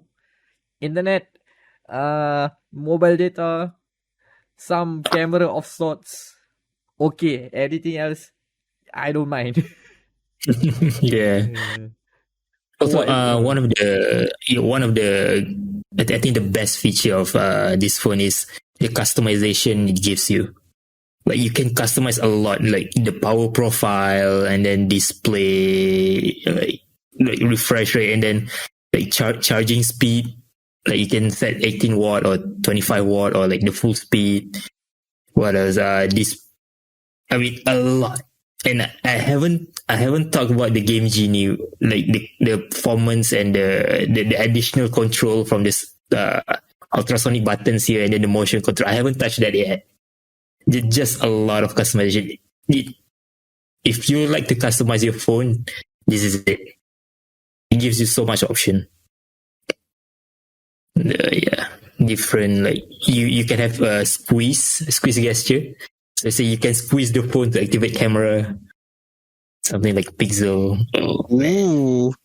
Yeah, because there's the ultrasonic sensor right on the shoulder, so it uses that for the squeeze sensing. Yeah. Overall, just even for brief impression for a week, this thing is awesome. Yeah.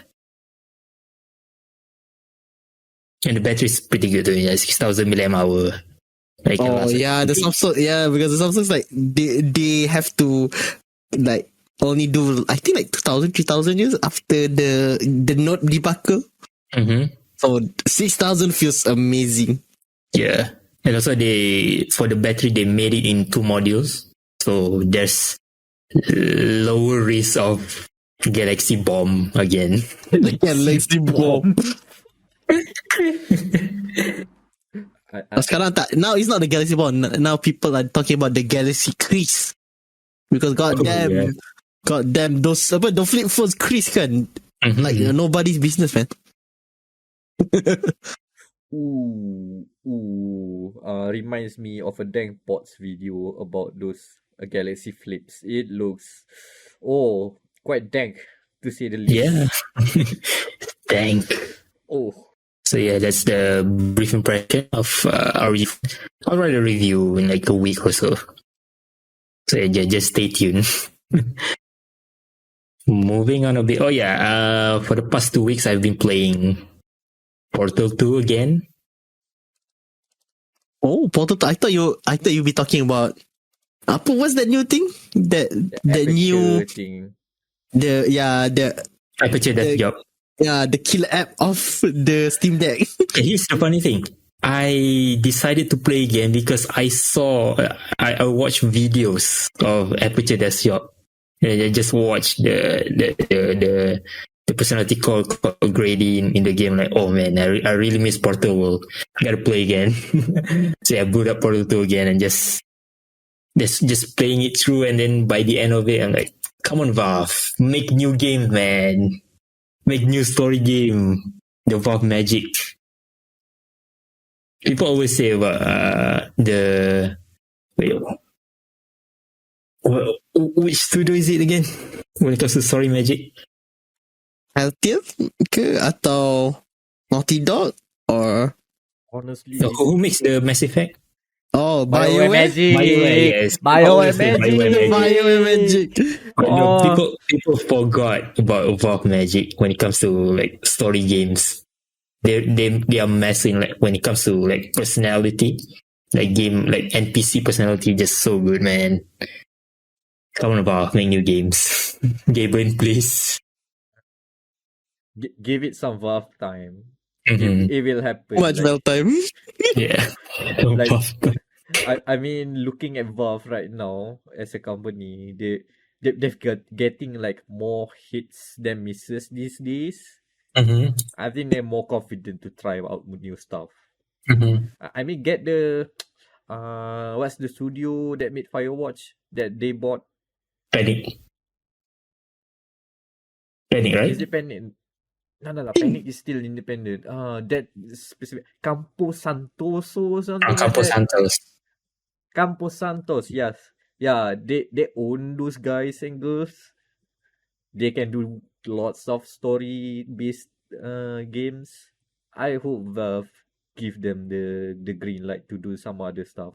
Either in the Portal universe, the Half-Life universe, which is technically the same. Oh yeah, universe. imagine kan, a Half-Life punya walking sim, but not macam like, kan kalau like Firewatch kan is the fire range kan, maybe make it about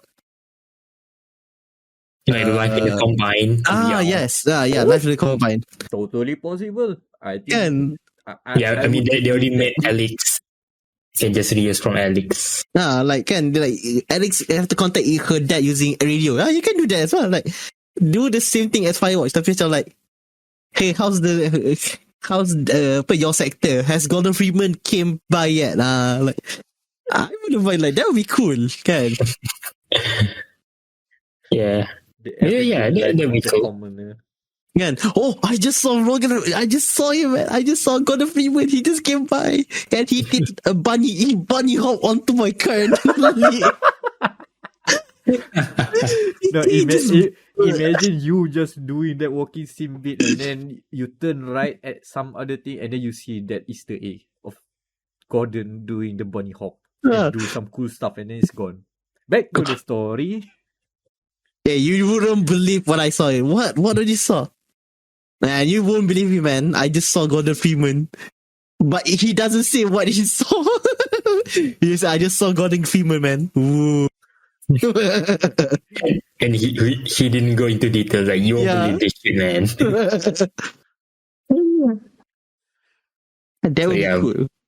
Valve, please make new story. I mean, the Aperture Desk Job is just so cool, man.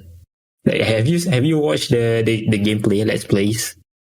I seen a snippet from a Let's Player lah, tapi that looks fun. Yeah, I mean, it's just a tech demo, but for me, the attraction is the character grading itself. Like, Valve they nailed it when it comes to just making a character. Like, they give a robot expression and like lovableness. And how? Are you saying that they are giving robots emotions? Yeah. Oh no! Don't call David Cage. Become human. Oh no. David Cage.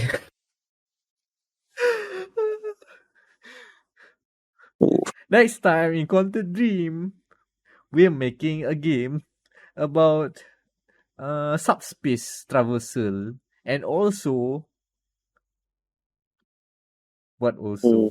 emotions in Android again. Oh yeah, the new Star Wars guy. That's also Android. Oh no, subplot that Star Wars is robots. No, the Wookiees. Translated Wookiee punya dialogue. No, they don't translate. They keep just saying Wookiee noises. Every time. And you have to pass. Just that's it. And you have to pass. Is the Wookiee angry? Is the Wookiee sad? Is the Wookiee showing affection? No, the Wookiee just make Wookiee noises every time. Oh no, the one that is coming out 2027, they have to do that big without laughing every 5 minutes. And this particular part of the game, please put closed captions on.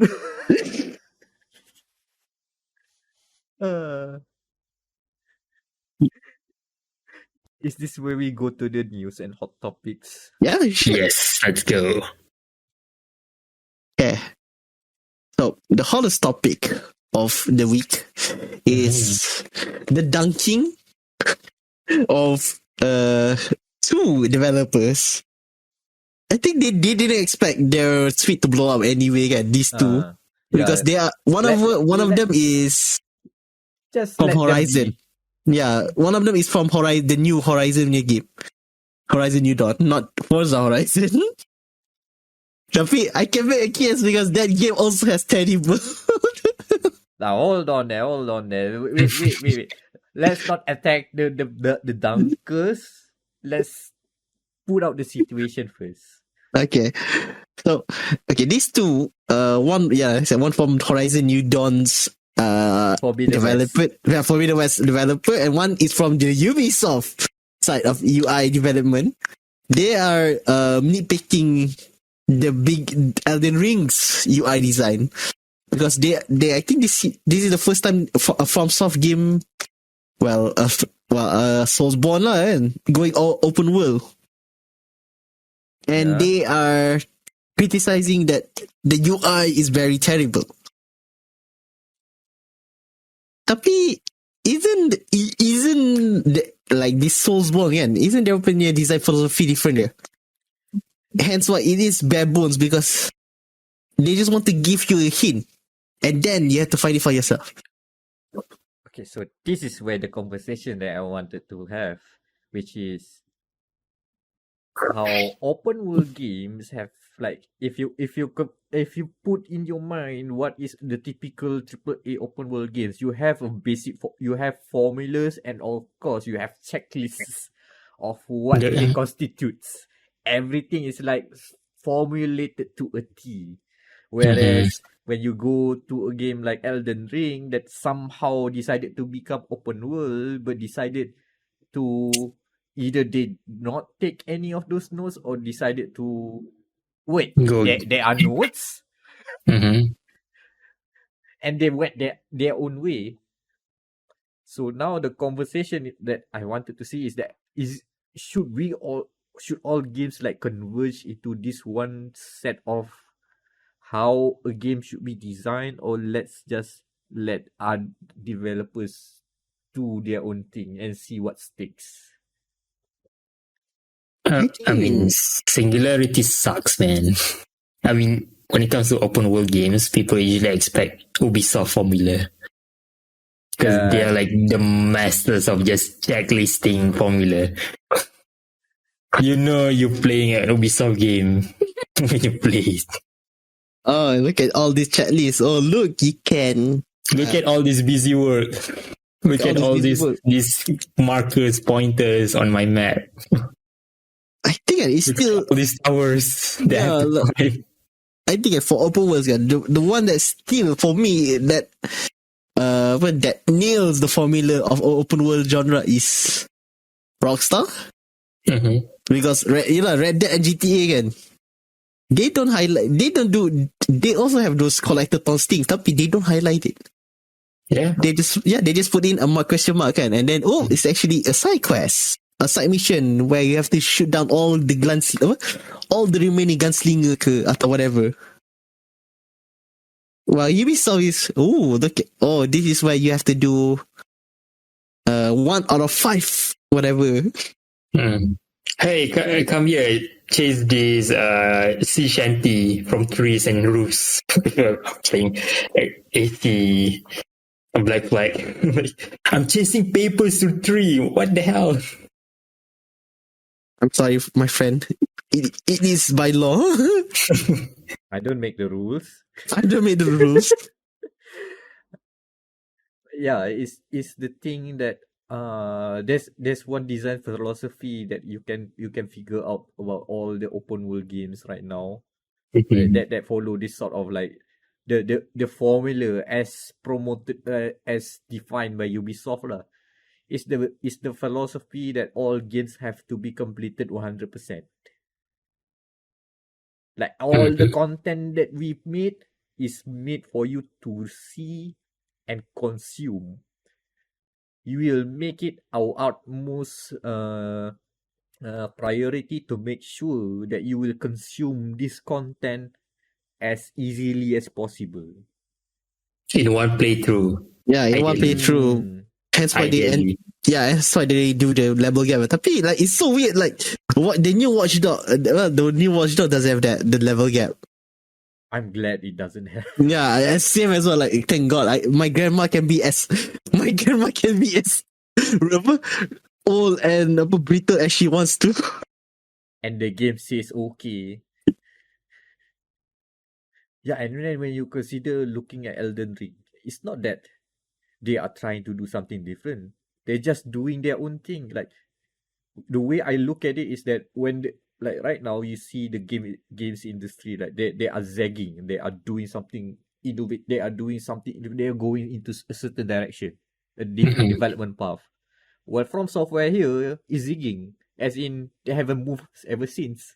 They are in a parallel timeline where game design haven't moved much from whatever happened since Far Cry 3. They're just doing their own thing, isolated somewhere. And I believe there's some merit to it. Like the way it, like what I see from what people play Elden Ring that caught them a lot that really hooked them in is that the open world feels like truly open in the sense that you have no idea where it leads, but if you follow your curiosity, it still results in something fascinating. If the reward is like terrible or not is another matter. Is that the fact that, ooh, cool thing, check it out. Oh, this is a very different thing. Something happens, and then you end up, oh, okay, cool. You can't say that much about games where, The Ubisoft in style. yeah, Yep. I mean, the Ubisoft style is like you try to explore and then, oh, that's it. Just disappointment if you try to go beyond. or if you go to some place, hey, why is that empty here? Nothing is happening here. That's Yeah, yeah. Yeah, progress there's through the nothing. story. Oh, this part here is for this moment of the story. Yeah, That's yeah. why, like, oh, look at this like great interior in a building in the corner somewhere. Like, why is there nothing here? Oh, it's just for story. What? Yeah, There's no point. I can give you an example because recently me and my friends finish up Ghost Recon Breakpoint. You know, because they had their Motherland DLC came out like last year, and we do might as well just play it through lah. Like they are building up like the villain is in this very lava s layer which you don't even visit in the main game. All this lava, like all these new terrains, like making it very hazardous for your player, and yeah, just for the story bit, and that's it. You don't come back there. Ubisoft. Mhm. Another way to look at this trend is that there are open world games that are designed to be theme parks versus open world games that are truly sandboxes. I kid you not, one of the Far Cry 6 player levels is just a theme park. Hey, you know what other game that Ubisoft game that has a theme park level? Division 2's DLC. Yeah, betul. You literally walk through a theme park. But what I mean by a theme park is that it's very much well designed. It has been put money into it. There has been put production value in it. People put effort into it. But fits into a linear structure, a railroad where you have to experience A and then B and then C. Cannot go A, C, B. No, A, B, and then C. And then you get the payoff as intended, as everybody discussed during the past meetings before. While Sandboxes says, what you gonna do? You gonna do that? Okay. What happens, happens. Oh, is that what's this cool thing in this treasure box? Oh no, it's a teleport into another place. That's too high level. I've been trolled by the game. God damn. You can't do that in a theme park open world. As we discussed in this stream, right? You cannot do and this and that. Please wear your seatbelts. So they like kind of sad. That is basically Ubisoft sekarang. It's just a theme park. No, I mean there is a time and place for theme park games. That's totally not a problem to have fun with theme park games. But what I'm trying to say is that there are too many theme park experiences where when we can expect more from open world, the format of open world, and that's what I'm looking at Elden Ring. They are not doing a lot of the stuff that those open world games does, and I'm kind of glad to see it. Like, oh, they don't do the something I noticed in Horizon Forbidden West. And also, funnily enough, in Forza Horizon 5, yeah, both Horizons, is that every time you earn something, the UI keeps on ticking. Oh, you earn this, you earn that. In terms of Forbidden West, it's like, oh, collected one part, collected this part, also get money. In Forza Horizon 5, it's a matter of, oh, you've leveled up, new reward unlock, oh, new XP gain, skill point gain. You see all those ticking boxes. And the worst part of it is that after you completed those things, no, you can actually go to the pause menu and get all those things sorted out before you see all those notifications ticking, tap tap tap tap tap, and it's very annoying. I know it's a very small thing, but somehow it's kind of distracting. Like and then they keep showing, hey, go claim that prize. I've already claimed that prize from the pause menu. Shut up, you're not keeping up with me. I do really think that our intention fight is that small. That's the thing. We cannot cross out that people who needs those kinds of attention. There are people like people who need those stuff. But the fact that those things are put on default is the problem. Like, I don't mind making games more accessible, games more like, approachable, easy to be approached as well. Yeah, I mean both. Like, Yeah, easier I for mean, those yeah. who have disability and those who just wants a game to be easy, to be completed as instead of providing a challenge. I think both camps can be Yeah. can be catered. Yeah, both are valid, but give options. Yeah. That's the thing.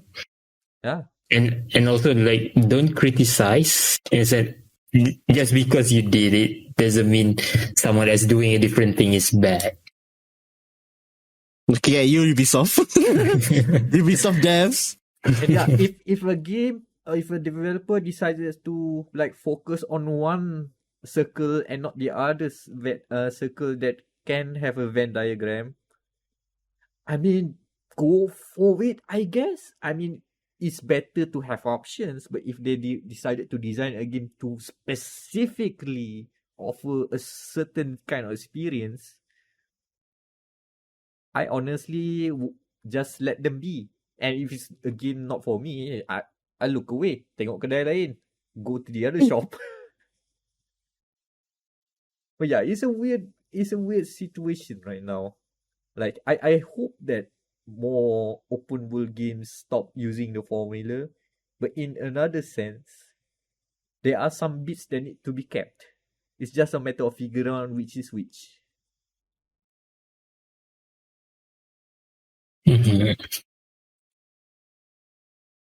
Like, seriously though, I look at Elden Ring's open world and that's so fun to explore. You know what it reminds me? It reminds me the first time you go out of the vault in Fallout 3. Oh yeah. Where you just have nothing. You have nothing. I think there is like, okay, the game says, oh, you should visit Megaton. But you can basically go anywhere. North, east, south. I tried to go south once. It was a nightmare. As expected. But it was fun. Like, discovering those stuff for the first time. And just like carving a path of my own. It's actually fun. That's the appeal of open world games for me. But no, every game wants to be railroaded.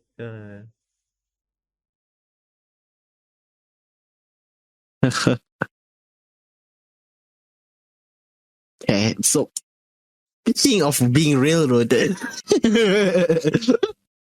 okay, the good news for fans of Ikumi Nakamura, you know, the scary spooky lady from E3. Oh my goodness, I think 2019 lama. That's like 5 years, 4 years already. Oh, that long. Yeah, Ghostwire. Yeah, Ghostwire was announced in 2019. It's coming out this year. Very cool. That's how long it is.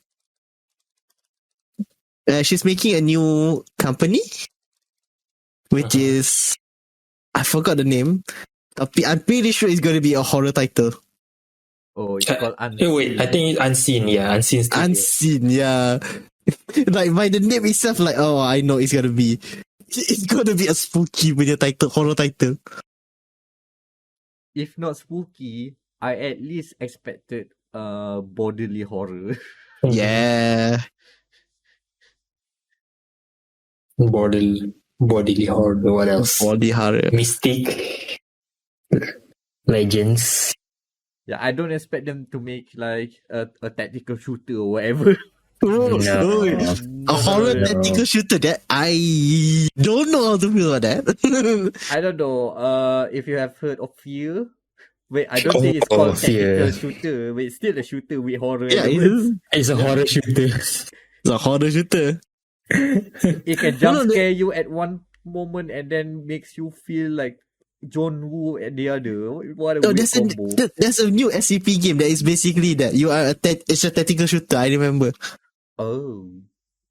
You SCP. become part of the SCP that you know tries to contain bodily horror. So that's interesting. I wouldn't mind playing that. Rich and clear, and then you see nothing, and then jump Oh, no. scares you. Oh god. Rich You want and to jump clear. scare them, but they jump scare you back. What if like you can in every like tactical shooting kan there's this mirror thing and wait, it's empty. Like if like if it's like ready or not, whatever kan, oh it's empty, okay fine. But for SCP shooter macam, oh no, it's empty. There is something there. I know, I can smell it. Wait, but what do we know about Unseen so far? No. Other than Nothing. Besides Nothing. she wants to make a game, no, a media, again a thing. Alah, dia punya tagline lah. It aims to transcend various mediums beyond video games. So I'm guessing XR, extended reality, AR, VR. I don't know. yeah, okay, but the bodily horror metaverse. Finally, it makes sense. SCP Metaverse. oh, I mean, that thing is right for Metaverse, man. Blending with the Malaysian punya horror community kan tak boleh tak boleh take the difference lah anymore. Alamak, ni betul ke atau di game? oh man, they will be wild. It's Yeah. interesting to see. Many. What else? I'm interested. I'm very interested to see how it works out. Like she suddenly debuts on an E3 stage, and then quits the company before the game comes out, and then being like around the world visiting different developers, and then suddenly I'm making a new game studio. Like, wow, she does a lot of stuff in quite a short amount of time. Yeah. She became a mom. That's what I think. Well, Like, I don't know if Shinji Mikami the made best a part kan, mistake. okay, if you check the punya listing kan, most of her co-workers kan actually work with her during Evil Within. Because I'm looking at the studio list kan. One of them is Naoki Katakai, which is basically the environmentalist since RE3. So that means he has been under Mikami lah for since RE3. Yeah, the current studio as in Tango Gameworks. Yeah, Tango is already. I don't think Tango is becoming the Bioware style. Like all of the original group is already gone. Yeah, it seems so. I think Shinji Mikami sticks around still. Right? Mikami. Yeah, it's just Mikami. Yeah, the head guy is still Mikami. Tapi the ones yang follow him since Capcom days are now weirdly under his apprentice. Ironically, under his apprentice. Yeah. Let's not read too much of that. Okay, fascinating. Let's see. I wouldn't mind having another Resident Evil game because Evil Within is not that bad. Because she did work with Mikami with Evil Within 2. So, I wouldn't mind having a knockoff Evil Within, which is actually a knockoff of Resident Evil. The third generation RE knockoff. Yeah. Interesting. Keep an eye on the unseen, I guess. How do you do that? That's SCP stuff if you think about That's it. already SCP. Okay, so for the final hot topic that we can talk about is the one I'm actually quite excited as well. Is that Frontier Development, the guys who have made Elite Dangerous, Planet Coaster. Planet Zoo is the thing, right? I forgot because there's two Zoo Tycoons. Yeah, Planet Zoo, Planet Coaster. Because I'm confusing Planet Zoo with Zoo Tycoon, which I've been playing on the Xbox. Wait, hold on. That's the one. That's the Micro. Yeah, that's the Microsoft one. Which is developed by the Frontier. Oh, serious? Yeah. What's a Frontier? Frontier has actually a history in developing the sequels to Roller Coaster Tycoon and Zoo Tycoon. That's why they made their own management series. Okay, that makes sense. IP. That's why they suddenly make, let's make Planet Coaster, which is that makes sense. legally distinct Roller Coaster Tycoon. No wonder. So I've been playing the right game. Yeah, you playing their game. Okay, so they are making another game that I'm very excited about, motorsport management games. But very specifically, it's the F1 manager game. New F1 manager. So we can be like Toto Wolff, just smashing both headsets. I want that as an achievement now. They have done cheeky achievement. I want that as a lost the championship by 1 point. Oh my goodness. Or you can go report to the FIA every now and then as Christian Horner. I don't like this. Or play hard mode as Gunther Steiner. Oh, sorry, hard mode, Haas mode. Haas mode. Being cheeky. The Haas mode, my goodness. Like, throw them under the bus. Why don't you juga as well? Okay, like, the best part is that this will be the first time the actual F1 IP will be using all three of their feeder series. So that means F3 to F2 to F1. Which means you can cheekily, let's say, there is one, I don't want to go too much this year. There is this one Malaysian driver that is racing in F3 this year. Mana tahu you can promote him to F1 terus. Gotta put a Verstappen on him. Like, you just throw out F3 straight to F1. Throw out that weird Russian guy that you have in Haas, kan? Just put him in Malaysian. For this alternate reality, Gunther. Buang ya? Cuba je. Oh, unless. Would they... Since the Frontier guys likes to, be in depth with stuff. Imagine you want to do that, tapi kata, oh sorry, this driver doesn't have enough super license. Yeah, I mean, that's possible. They can. They can do implement checks and oh no, you have to do this. If we're gonna go that deep, can we sign junior drivers into the academy? Yeah, that's why I want you to get the super license. Come on. Basically saying, yo, chop dulu. I got him first.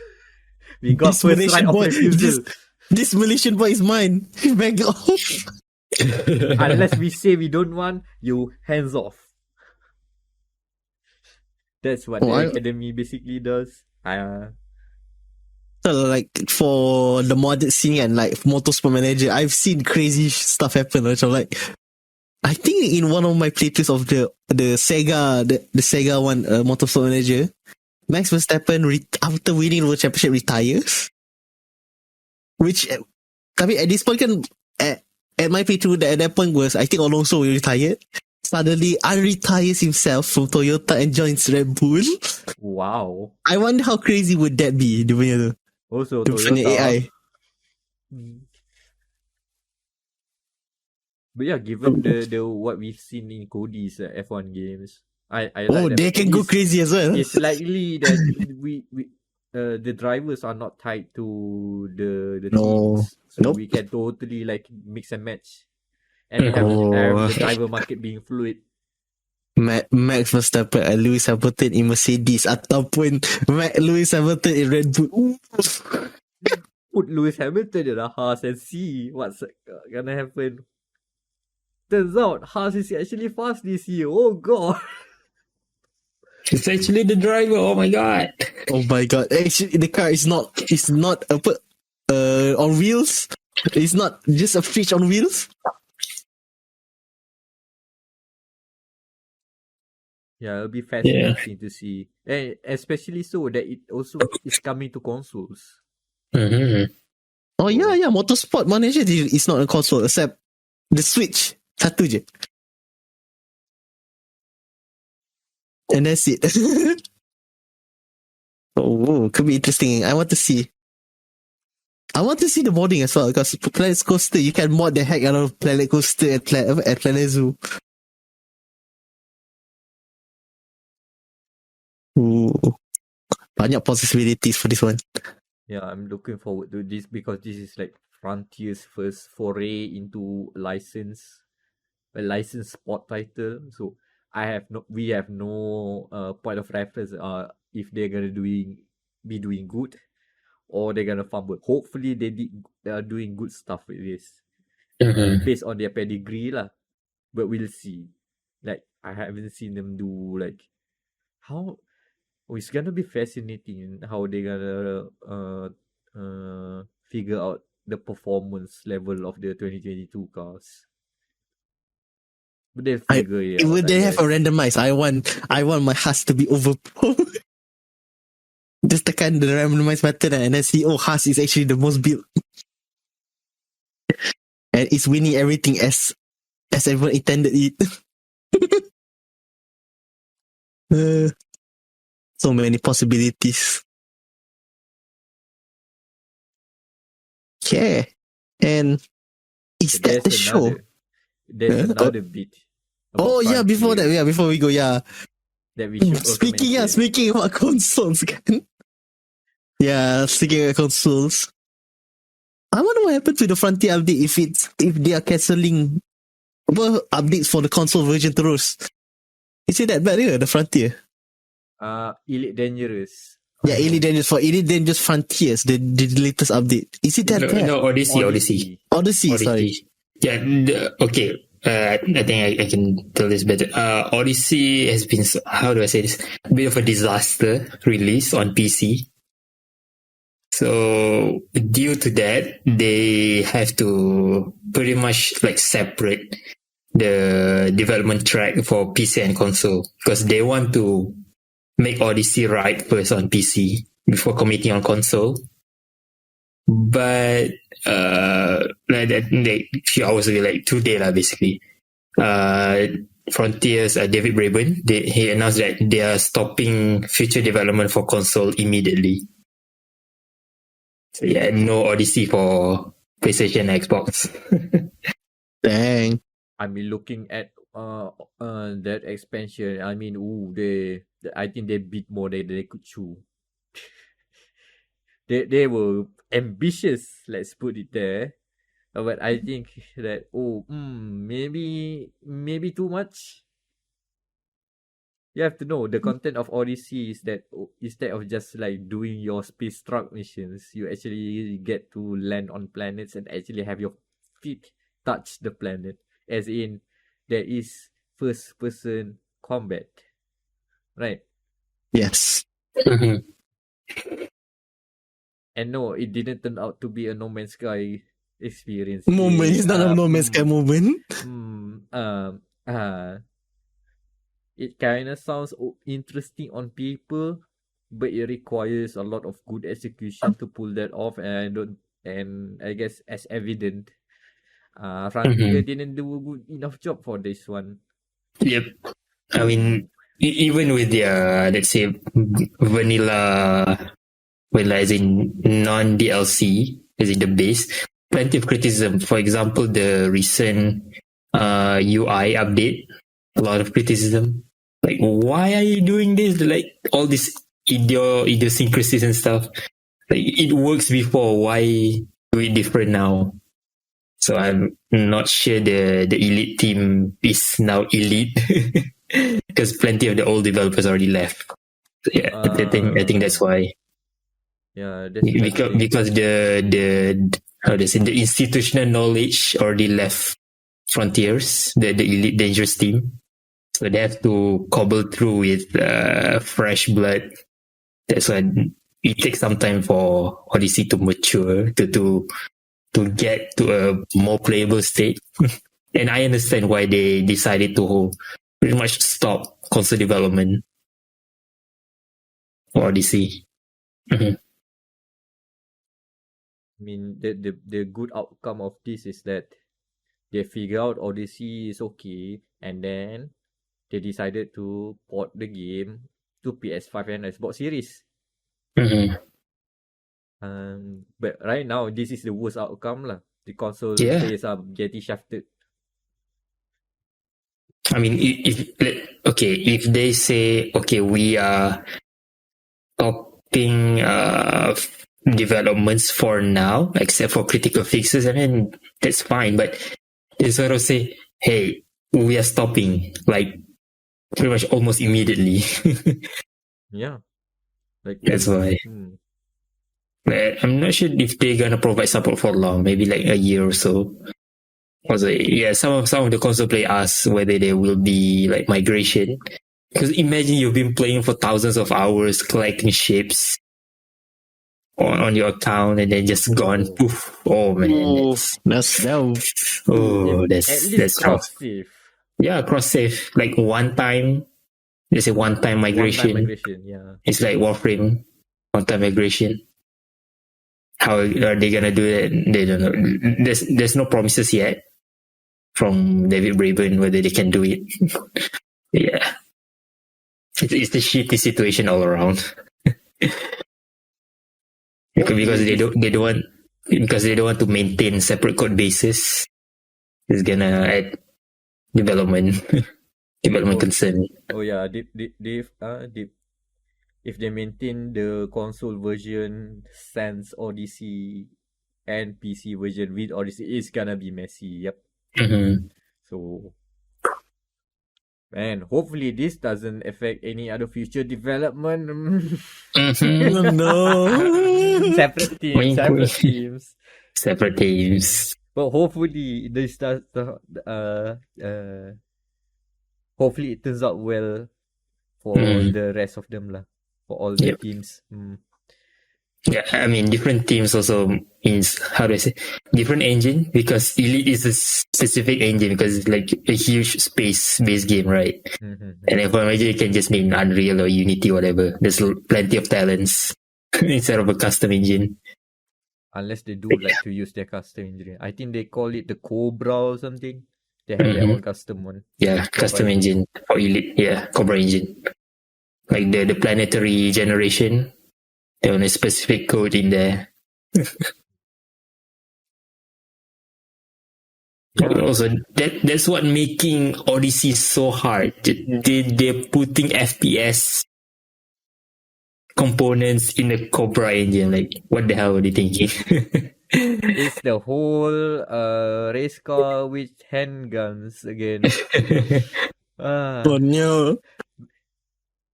Get that callback again. Battlefield. EA. DICE. Very much end it. Yeah. Yeah. Interesting way. So what's gonna be we gotta put on the thumbnail? I have an idea. Car? What is it? your Mazda Demio with the Kirby on top of it? I think we put the one I did, which is not the good Kirby, the good Kirby. Yeah, sure. What do you? Yeah. There. What else? I don't know. A Big Mac. A Big Mac. A couple of Big Macs. I'm putting on the table the picture, the key art of Elden Ring, right? But the logo for the Elden Ring is just crossing Venn diagrams. Yes. Actual Venn diagram. Yeah, actual Venn diagram. Because we're talking about plenty of Venn diagrams in the podcast today. And the title, where to put there? No, not Elden Ring, Nürburgring. with the Elden Ring font, which apparently I think if I look it again, I feel like it kind of looks like the Assassin's Creed font type. I haven't checked if it's true, but it kind of reminds me of that. But anyway, yeah, I think we can go with that. So, social links. Okay, I'll go first. I have been Flaky ataupun Daniel. You can follow me on Twitter. That is Flaky, twitter.com/FL4KY. I have a review for EA Sports. It's not EA Sports again. It's Electronic Arts and Codemasters Grid Legends. Coming after this podcast is posted. Oh, so I think next week will be race week lah. Next week is race week. Two car games related reviews. It's a good thing it's not a gauntlet then. Oh yeah, we skipped that one for good reason. Good bullet dodge, as one said. Alan? Yeah, you can find me on Twitter, Drobnir, DR4UPN1R, DR4UPN1R. How does it? Upcoming review, the Asus ROG Phone 5S. And maybe like in a week or so, like next weekend. Okay, I think that's it. Right? And I have been Amirul Mekronos Ashraf, MECKRONOS. Find me on Twitter there. As alluded earlier, a review for Gran Turismo 7 will be coming to gamermatters.com in the near future. Very soon rather. Oh yeah, I've also played this one game called Tiny Tina's Wonderlands. We got a chance to preview that game. We didn't talk much about the podcast. We're gonna save it until the game's out or something around that time. So far, it's good. Interesting loot shooter. But we'll see. Maybe March, the end of March might be an interesting time for good video games. But we'll see. And that's it. That's it for this episode of dia.log, the Gamer Matters podcast. And get on the Haas train. It's going to be fun. Fast Haas. Choo on the fast Haas train. Get the fast pass. Get your fast Haas pass, yeah. Amazing.